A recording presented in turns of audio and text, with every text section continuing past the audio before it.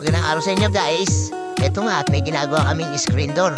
At eto ay kinakabit ko yung amplifier. Yan po yung malalaki ang butas. Ayan, nakita nyo naman po. Aluminum din po yan. Bali, 3 pong screen ay kakabit namin dyan dahil yun po ang order ng nagpagawa. Yung ganito pong 3 screen, bihirang-bihira lang po kaming nakakagawa niyan. Pangkaraniwan po kasi, 2 lang. At ito po yung pangalawa na screen. Yung medya po ang laki ng butas. Yan po yung natawag na expanded wire. Pagkatapos namin ilagay yan dyan, ilalagay na namin yung pangatlong screen.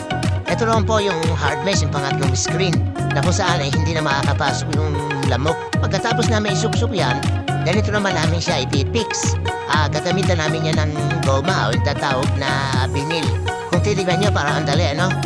Pero ang totoo yan, kung nagkamali ka ng hagod yan, sigurado butas yan.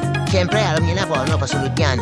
I-install na namin yan. Ito nga, naikabit ko na. Hindi na lang na-video kung paano ko ikinabit yan dahil mahirap mag-video nang gumagawa.